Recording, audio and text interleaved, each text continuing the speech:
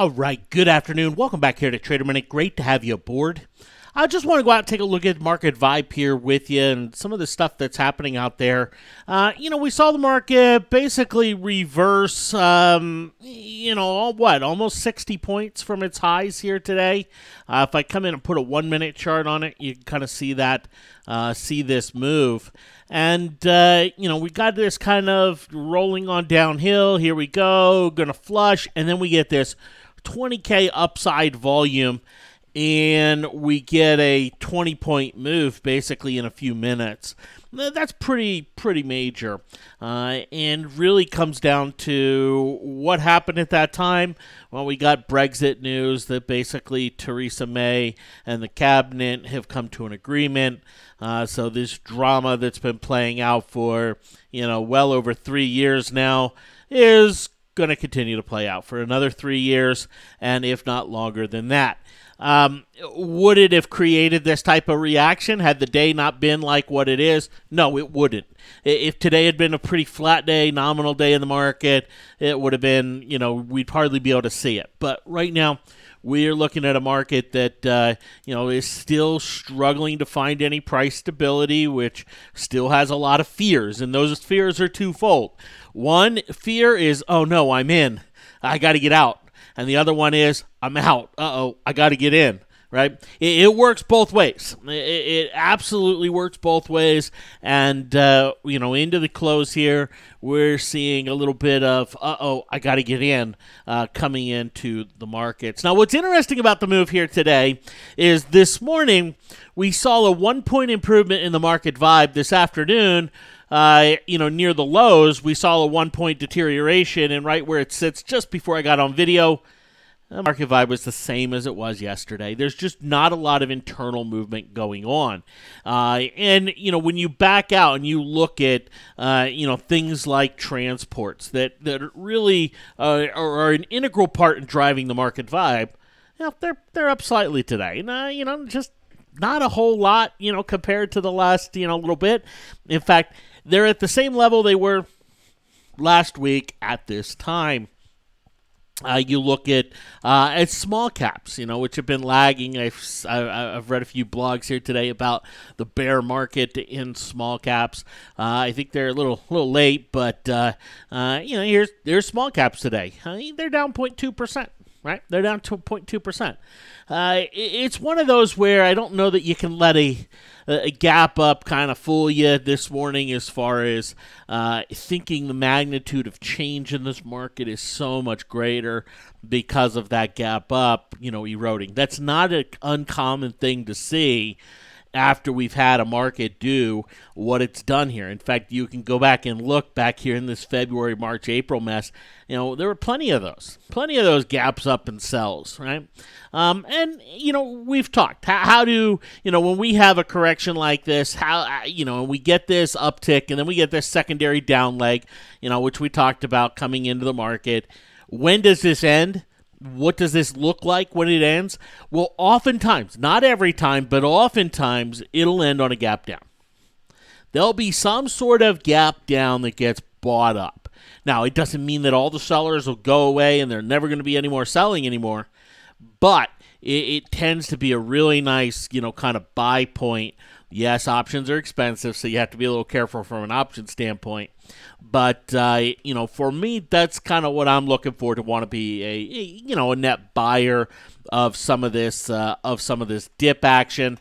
I kind of love for it to wait until Friday morning. But, the market will do what it wants to do and tick how it wants to tick. But overall, no real change in the internals today. And we can see that. I mean, you take a look at something like the bullish percent index. It's down 2%. But you think about how much the market has moved down over the last several days, and then you think about how little the bullish percent index has moved down over the last several days, right? Kind of the opposite of what we saw back here, where, the market bounced really big on these days, but bullish percent index continued on lower, right? Market didn't find a bottom and really confirm that bottom until we saw a nice move higher in the bullish percent index.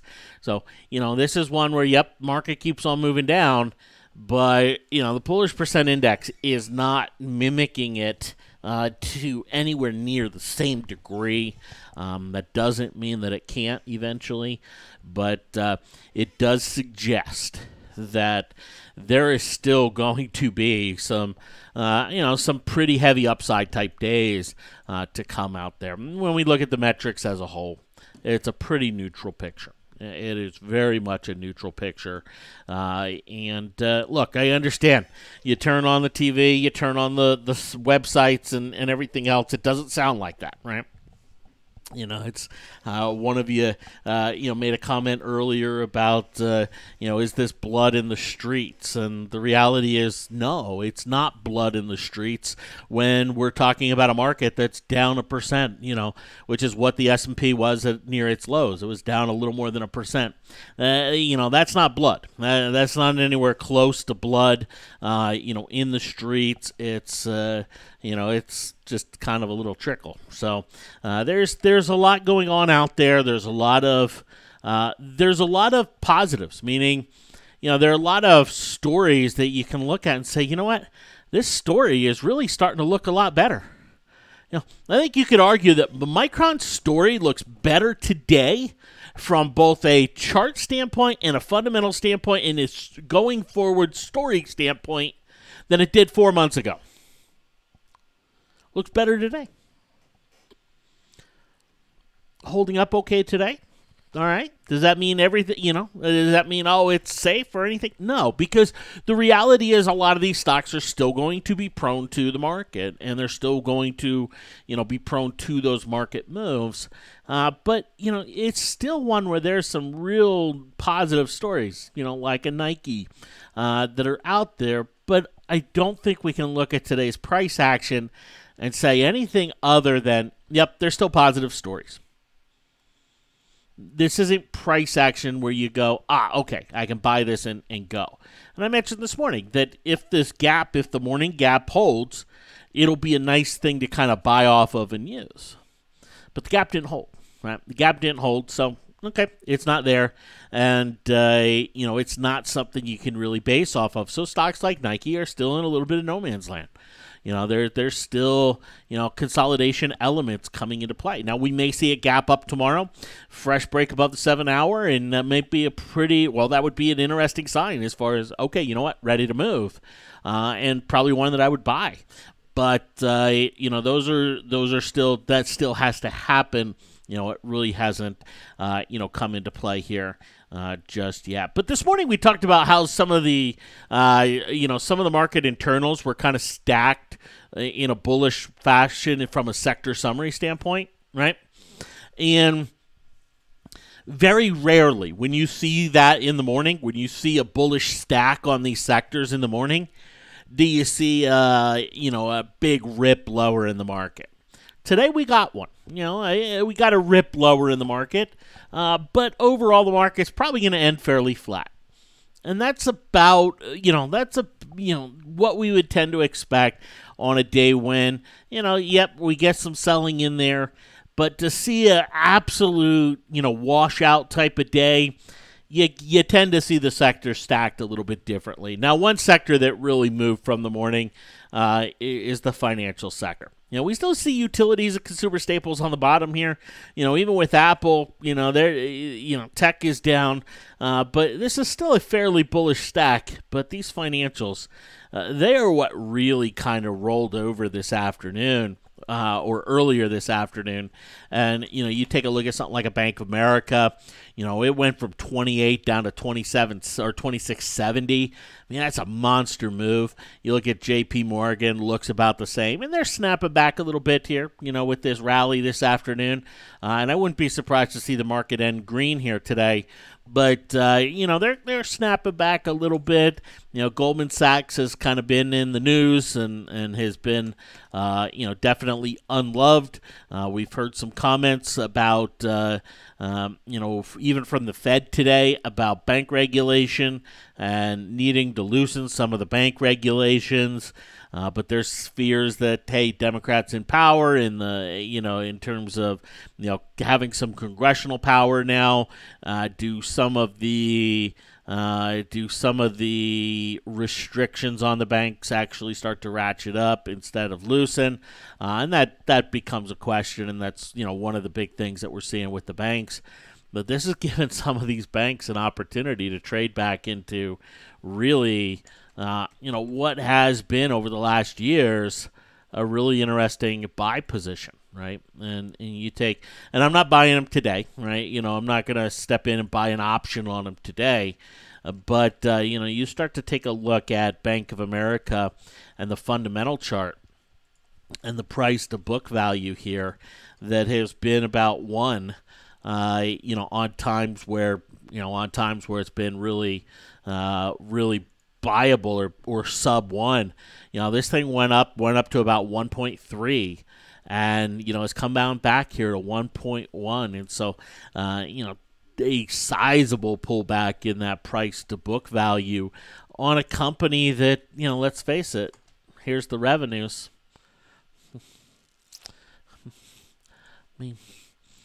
Does that look like slowing revenue growth, right?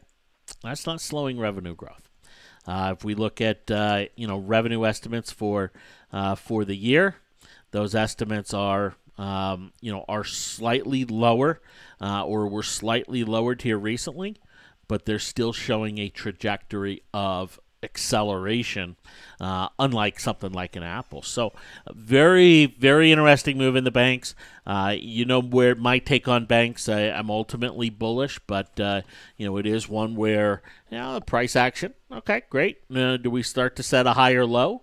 And if we do, I think these are going to be fantastic trades off of these higher lows if they're able to set those up. And this is the kind of pullback you need to see for those to set up. And for most things, they kind of look like this Bank of America chart out there.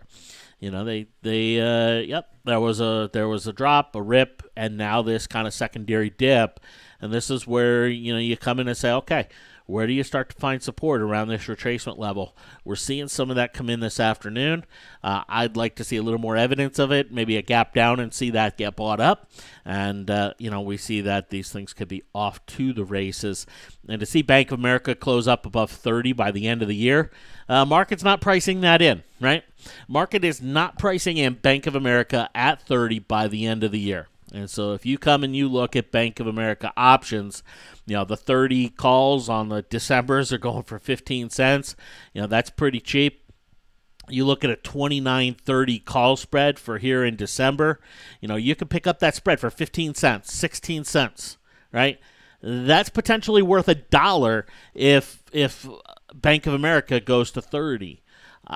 If you're looking and saying, I want to buy this market, I want to buy it aggressively, I think it's the bottom, that kind of play right here, on Bank of America. And if you want to be even a little safer with it, to put 30 cents for $1 gain if Bank of America goes to 29, that's a very interesting spread, here. And if you come out to January, you can get the 29.30 for about 25 cents. So, you have 4 to 1 risk reward there. So very interesting setup on these banks right here, and especially with how the spreads are priced, because here's the reality. The implied volatility is high, right? It's elevated, but it's not what it was for most stocks when they were kind of in this last free fall. The implied volatilities haven't expanded to the same degree, and we can see that in something like the VIX, and because it's market wide. You see, the implied volatility is nowhere near what it was there at the beginning of August and beginning of October and the end of October. So we have, even though the market's been selling off here, we have not seen that same expansion in option values, that same fear component, come into play. So overall, It is something where, yep, and the more I talk, the more the market's going green. In fact, we see small caps are now green. We see the Qs are now green, and the SPY is down 12 cents. So S&P is down a point here today. But that's one very interesting way to play the banks right here with that type of spread, and it's they're just not pricing in a great degree, a big rebound here in these banks. And, some will say, well, rightfully so. And, yeah, you probably have a pretty valid point. But, it is something where, you're not going to find slowing revenue growth in this sector, right? So if you're going to go bottom pick, do you bottom pick with a Bank of America or with an Apple, right? So anyway, that's that's kind of where things are. There are no KD signals here today. There are some 3-7 crossover actions going on out there to the downside, but it is very high consolidation risk on them. So they're not triggering bullish on KD.